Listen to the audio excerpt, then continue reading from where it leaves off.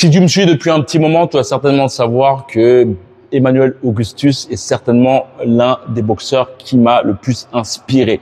Très intéressant de comprendre que bien souvent, on a cette tendance à se focaliser uniquement sur la technique, mais il y a plus puissant que ça, c'est justement de se focaliser sur la totalité de son corps pour pouvoir frapper de façon totalement aléatoire. Et c'est justement aussi cette mentalité que j'offre aux élèves qui viennent dans mes camps de boxe. Mais aujourd'hui, j'aimerais te parler de 4 techniques de certainement le boxeur le plus badass du game, ayant justement un style très bagarreur. Et je te dirais que il a eu ce style car il a commencé la boxe en prison à l'âge de 17 ans, ce qui est très tardif parce que je crois bien qu'il a été condamné à l'époque pour 18 ans de prison pour vol à main armée, mais il n'en a effectué que 5 ans.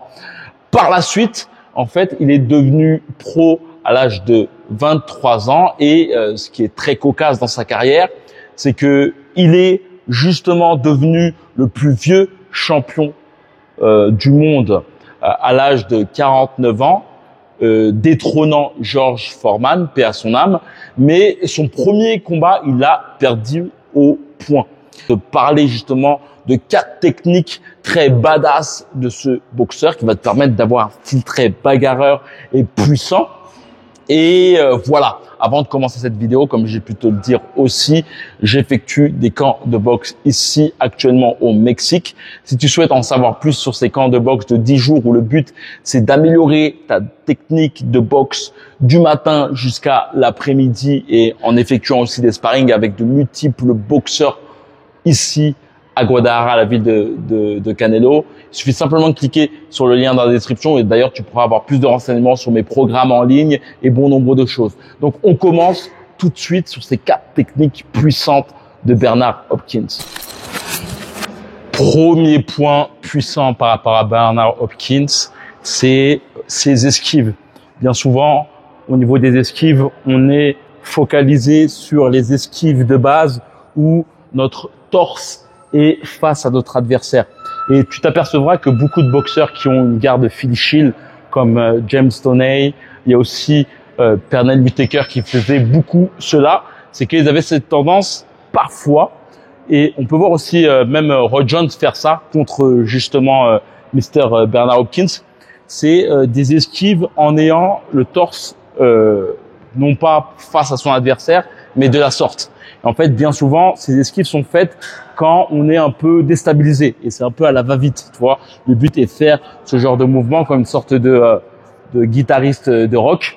Et ce qui est puissant avec ce genre de mouvement, c'est que lorsque tu parviens à esquiver un coup et tu comprends le rythme de ton adversaire, tu esquives un coup, tu en esquives d'autres. Chose qui est très importante avec ce genre d'esquive, c'est de ne pas faire en sorte de rester dans l'axe d'action de ton adversaire. Tu vois, cette fameuse ligne où ton adversaire peut te percuter.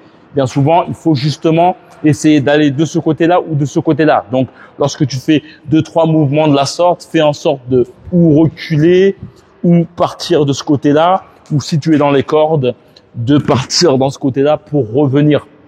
Après, une variante de ce mouvement qui est très intéressant, c'est que déjà, ce positionnement va te permettre de pouvoir avoir un bond direct du bras avant. Ça va être très difficile d'envoyer ton bras arrière. Pour la sorte, fais en sorte de mettre ton pied sur le côté pour pouvoir, tu vois, envoyer plus facilement ton bras arrière. Mais comme tu peux le voir, le fait de mettre ton pied à ce niveau-là va te permettre aussi à la fois de faire ça, mais aussi en utilisant tes talons, ça va te permettre, tu vois, de pouvoir faire ce genre de mouvement qui peut te permettre par la suite de frapper ton opposant, ou ça peut te permettre aussi, avec ce mouvement en U, tu vois, de pouvoir rentrer sur ton adversaire avec ton épaule. Et il y a aussi cette variante où tu peux faire ce genre de mouvement ou simplement, tu vois, envoyer un mouvement comme ça qui va te permettre de pouvoir rentrer dans la garde de ton adversaire et de le frapper, comme tu peux voir avec Bernard Hopkins. D'ailleurs, ce mouvement, ce qui est très puissant avec Bernard Hopkins, c'est le mouvement du direct du bras avant. Je sais que beaucoup de personnes, lorsqu'ils envoient leur bras avant, ils envoient juste ce coup-là, en oubliant justement le bas du corps. En fait, en ayant l'habitude justement d'utiliser le bas du corps, ça va te permettre de pouvoir aussi jouer sur ce mouvement qui permet, tu vois, de pouvoir rentrer facilement dans la garde de ton adversaire et le frapper. Donc ça, c'est un point très intéressant. D'ailleurs, c'est un truc que tu peux faire même toi, en envoyant le direct du bras avant. T'es pas obligé de l'envoyer uniquement en ayant la tête droite. Tu peux aussi l'envoyer de la sorte pour pouvoir rentrer ou pouvoir aussi envoyer un lourd crochet à la face. Une chose aussi que faisait beaucoup Bernard Hopkins, surtout que Bernard Hopkins, c'est quelqu'un qui est très bizarre parce que en fait, il va être très bagarreur, mais il va aussi avoir une attitude, surtout je pense en fin de carrière, une attitude un peu en retrait pour rapidement se mettre à mi-distance et tamponner son adversaire et l'accrocher et se barrer. C'est ce que pouvait justement, et je pense que c'est une stratégie que Brother Nassim, un entraîneur qui est mort aussi, je pense en 2005, qui était aussi entraîneur de Cem Mosley. Et tu verras que le combat entre Cem Mosley et Antonio Margarito est semblable au style de Bernard Hopkins fin de carrière. Faut te dire que Antonio Margarito, à l'époque, il avait combattu contre Miguel Cotto, qu'il avait battu lors de la première rencontre avant la limite. Et en fait, on s'est aperçu que ce dernier avait justement du plâtre dans ses bandes. Par la suite, à la suite de ce combat qui fut une grande surprise où il a battu Miguel Cotto, il fit un combat contre Cem Mosley et Cem Mosley est parvenu justement à le vaincre à ce niveau-là. C'est-à-dire, on est loin de son adversaire, on s'approche, on frappe, on se recule et on fait vice versa. Bernard Hopkins parfois n'accrochait pas forcément. Il avait peut-être cette tendance, tu vois, à essayer de coller la garde de son adversaire, que ce soit avec le bras avant ou avec l'épaule. Et donc, il y a aussi une chose qu'il faisait beaucoup, c'est il essaye de pouvoir tamponner son adversaire de loin pour ensuite justement se coller et faire ses va-et-vient. Chose que tu peux faire, surtout quand tu es un boxeur de grande taille, quoique tu peux le faire aussi même quand tu es un boxeur de petite taille. Je donne l'exemple de Floyd Mayweather contre Diego Corrales. C'est, en somme, tu te mets loin de ton adversaire, tu frappes, tu recules, tu vois, ou tu frappes, boum, tu colles, tu frappes en étant collé et tu recules, et vice versa, tu vois, que ce soit avec des crochets.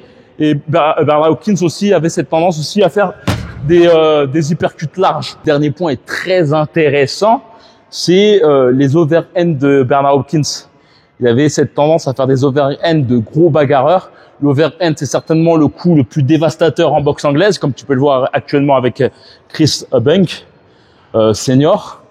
Je crois bien que c'est même certainement l'un de ses premiers combats à Chris Eubank, avec la classe assurée. En fait, les overhands, bien souvent, c'est le fait de mettre, tu vois, ton poing loin de ton visage, tu vois.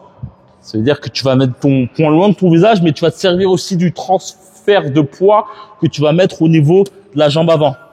Bernard Hopkins, lui, avait cette tendance à effectuer beaucoup de overhand en gardant le poing près de son visage.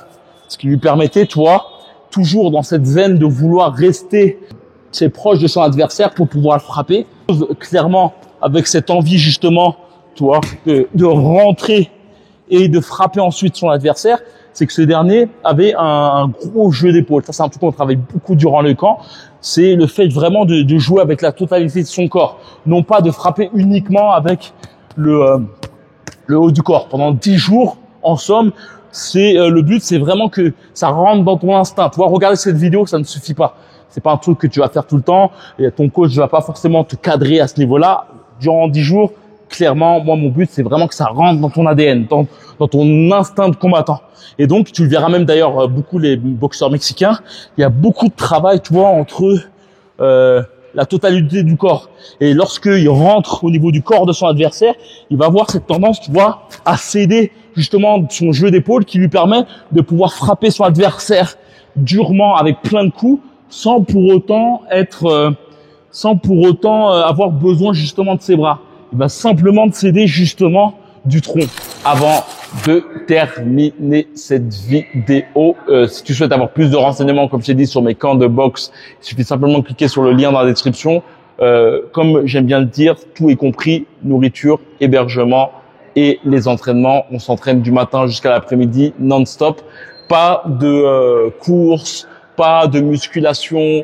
On base uniquement les entraînements sur la technique et surtout sur la compréhension de tout ton corps. Je te parlais justement de Emmanuel Augustus, qui est un boxeur qui a une boxe assez aléatoire, car tout son corps est lié à sa boxe. Lorsqu'il va boxer, comme tu as pu le voir avec Bernard Hopkins, c'est tout son corps qui joue, qui va te permettre de pouvoir frapper à chaque emplacement de coup. Donc voilà, si tu souhaites avoir plus de renseignements, c'est la dernière ici au Mexique. Par la suite, je vais partir dans d'autres contrées. Il suffit simplement de cliquer dans la description. Il reste encore quelques places. Et voilà, comme d'habitude, que la boxe avec toi. Ciao.